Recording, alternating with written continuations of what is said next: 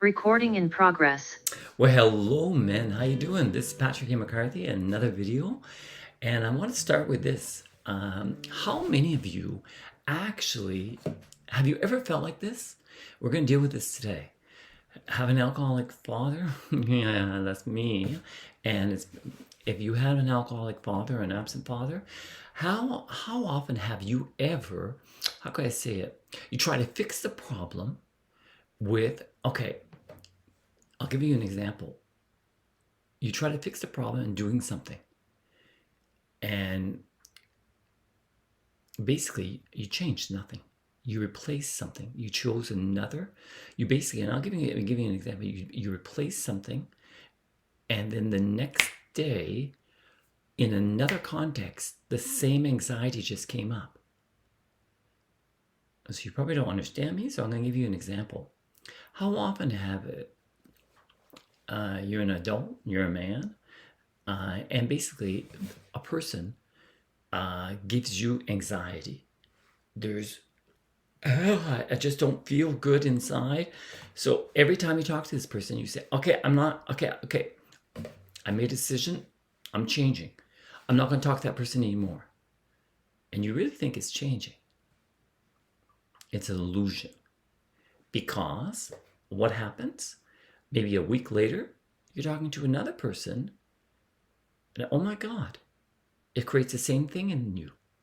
You still have anxiety. You don't feel good at all. Okay, well then I have to stop talking to him too. So what have you actually done? You've replaced. You basically, I'm not talking to this person because it creates this inside me. I'm not talking to this person because it creates this inside me. So are you putting a Band-Aid? Or are you are you really wanting to change the situation? And what does that mean? That means healing the wound. And another way of saying is healing the root. What is behind, under this? Where does this anxiety come from? So that's what we're going to deal with today. And to drive this home a little better, I'm going to give you a metaphor.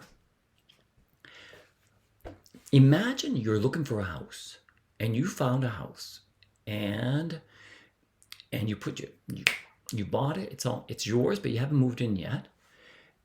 And imagine how would you feel if in the dining room, the interior wall on the dining room, it looks really nice, but a year later, you have mold coming through the house, that wall, mold.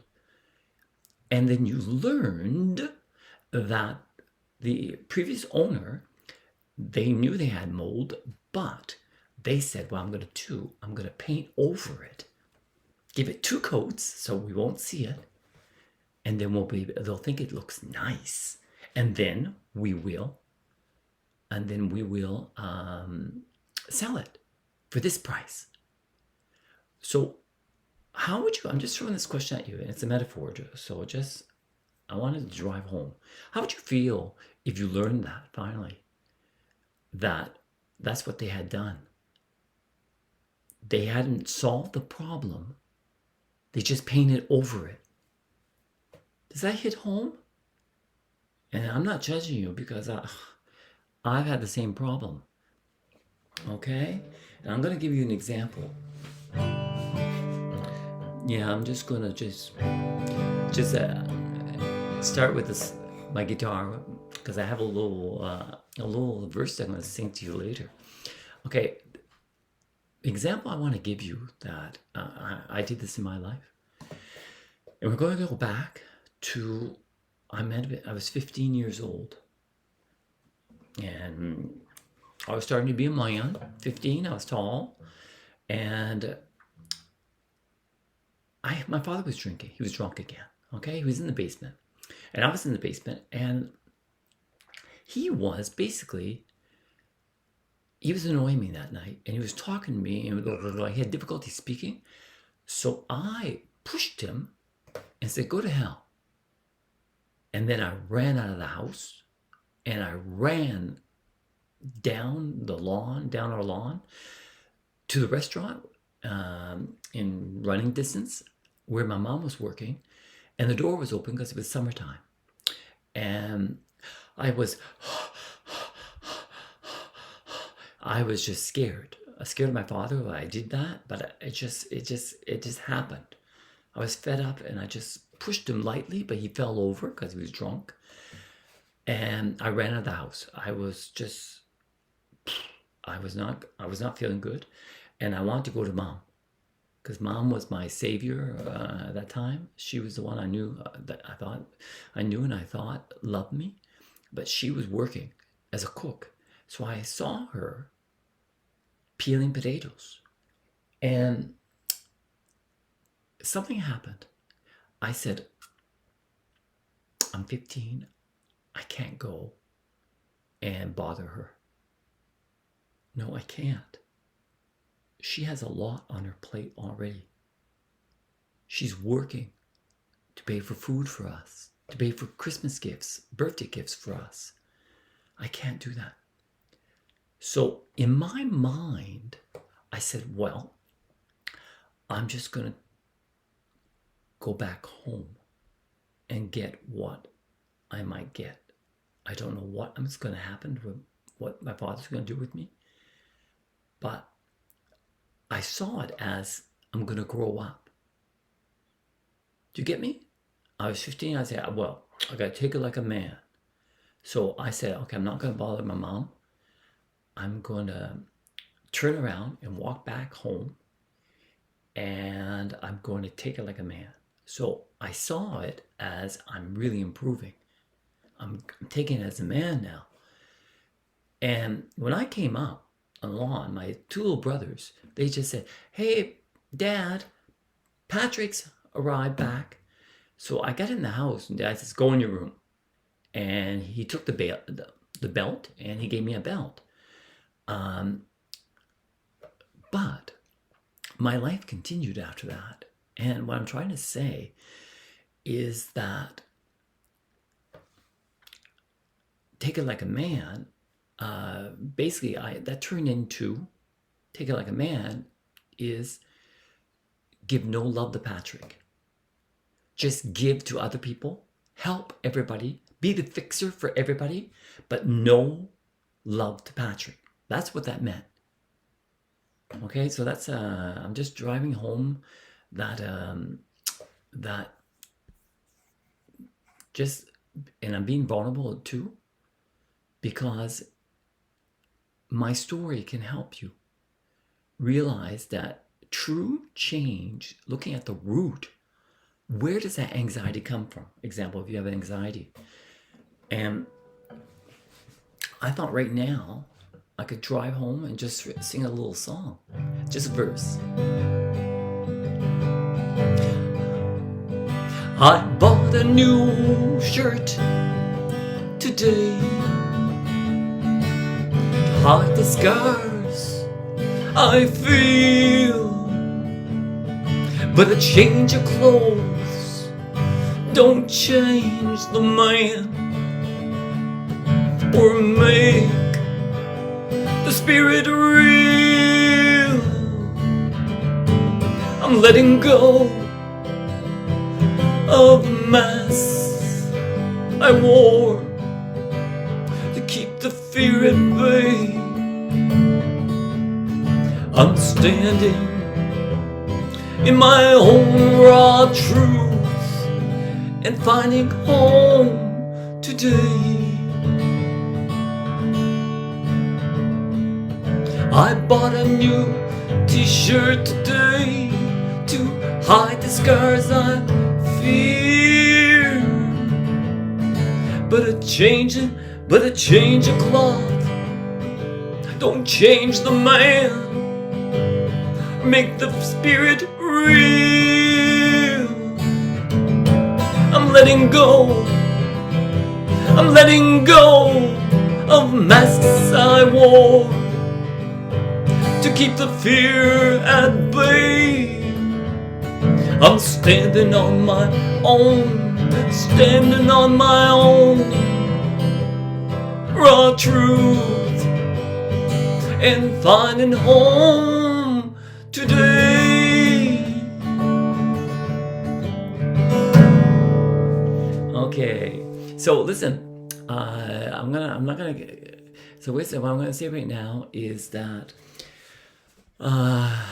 if you're gonna change, okay, you're really gonna change, okay.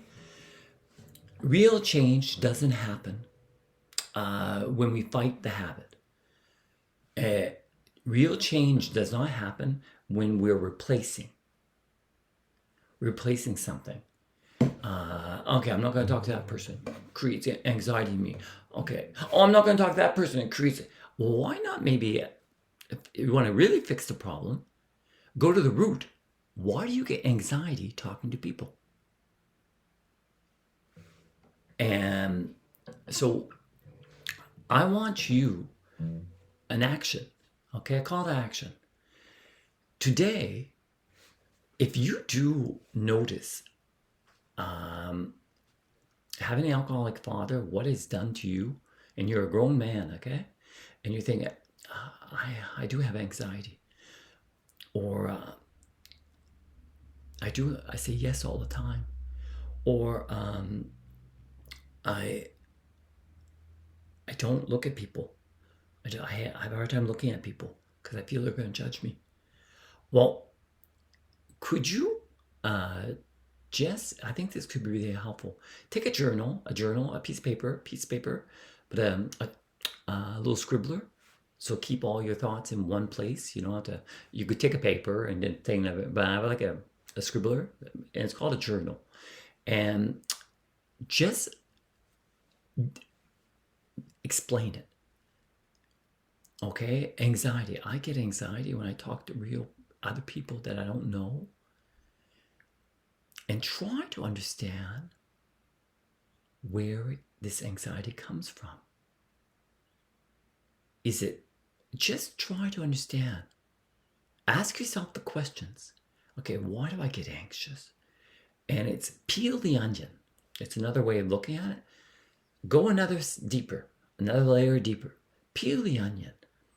And actually, in peeling the onion, if you be game, I would love you to comment in the comments.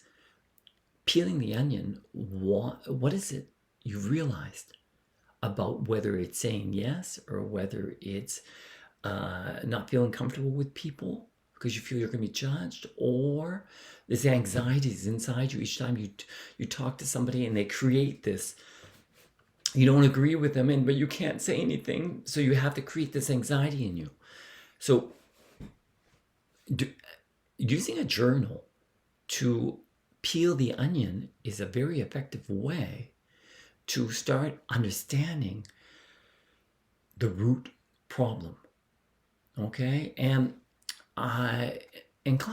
basically, would you like to? I'm going to ask somebody. I'm going to ask you all, because I've learned that my videos are being watched all throughout the world. Okay, from different countries. Two things. If you know somebody that had a father that was alcoholic, it's a man, and you think that they could really use this this discussion could actually help them, could you help me and try to help other men that are going through this like I went through it? I had an alcoholic father, so I know. Okay, I would appreciate that.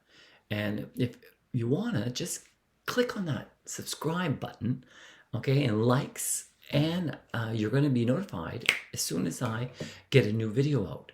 Okay, and I'm gonna try to do as many as possible during a week to help people. Okay, so I'm going to leave you. I wish you the best. I truly do. I wish peace and love, and I look forward to seeing you next time. Okay? Bye-bye.